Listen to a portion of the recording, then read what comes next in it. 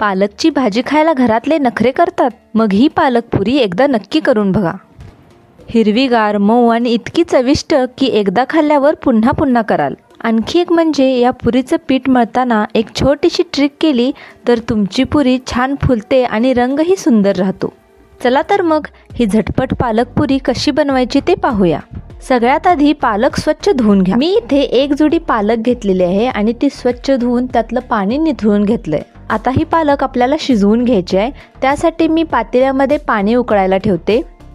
पाण्याला उकळी आली की त्यामध्ये 1 चमचा मीठ घालायचं आणि हे पालक त्यामध्ये घालायचं.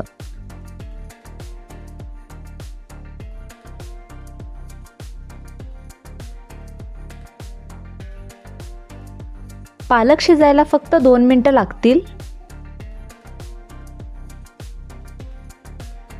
हे पहा, पालक मस्त शिजलेले आहे. आता हे एका चाळणीमध्ये काढून घेते म्हणजे यातलं पाणी निघून जाईल.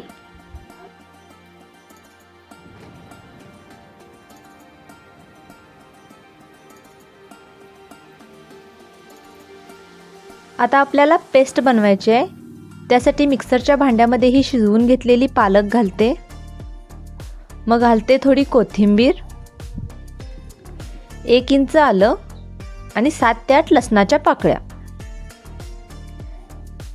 1 चमचा जिरे आणि 2 चमचे धने. इथे धने मी छान भाजून घातलेत, यामुळे फ्लेवर मस्त येतो धन्याचा. 2 ते 3 हिरव्या मिरच्या आणि पाव चमचा हळद पावडर. आता हे सगळं मिक्सरला लावून घेऊया.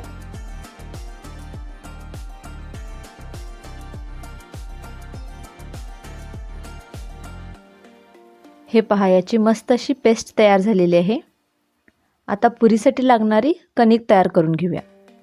एका बाउलमध्ये मी घेतले 2 वाटी गव्हाचं पीठ, 4 चमचे बारीक रवा, अर्धा चमचा मीठ आणि 1 चमचा ओवा हातावर क्रश करून घातलाय. आता पालकची जी पेस्ट आपण बनवून घेतली ती ते घालायची आणि हाताने सगळ्या पिठामध्ये व्यवस्थित मिक्स करून घ्यायचं. आता इथे ट्रिक अशी आहे की यामध्ये 2 चमचा तेल घालायचं आहे. यामुळे काय होतं, पुरी छान फुगते आणि रंगही सुंदर येतो. हे तेल पिठाला सगळीकडे मस्त चोळून घ्यायचं आहे.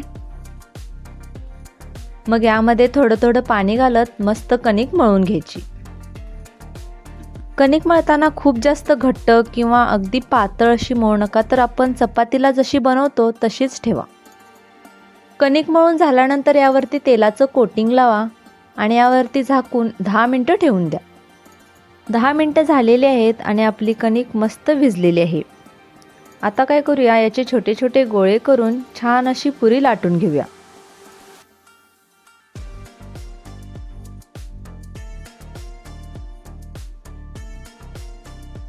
पुरी लाटताना एक गोष्ट लक्षात ठेवा, पुरी खूप पातळ लाटू नका, थोडीशी जाडसर ठेवा. यामुळे काय होईल, पुरी छान फुगेल.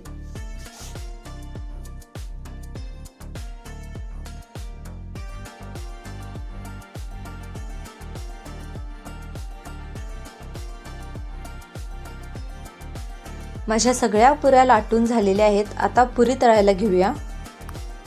पुरी तळताना तेल चांगलं कढल्यानंतरच त्यामध्ये पुरी सोडा. अशा प्रकारे मध्ये मध्ये हलवत पुरी तळून घ्या म्हणजे पुरी छान फुगेल.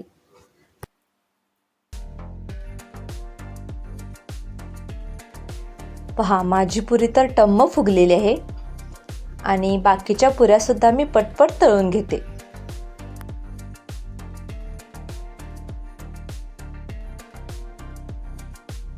पहा, पुऱ्या किती छान खमंग दिसत आहेत, टम्म फुगलेल्या आहेत आणि सॉफ्ट मऊ सुद्धा झालेले आहेत आणि खायला सुद्धा तितक्याच चविष्ट लागतात.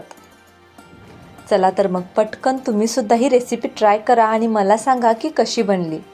ही रेसिपी आवडली असेल तर या व्हिडिओला लाईक करा, चॅनलला सबस्क्राईब करा आणि हा व्हिडिओ तुमच्या फ्रेंड्ससोबत शेअर करा. मग भेटू नेक्स्ट व्हिडिओमध्ये. तोपर्यंत मस्त खा आणि खुश रहा.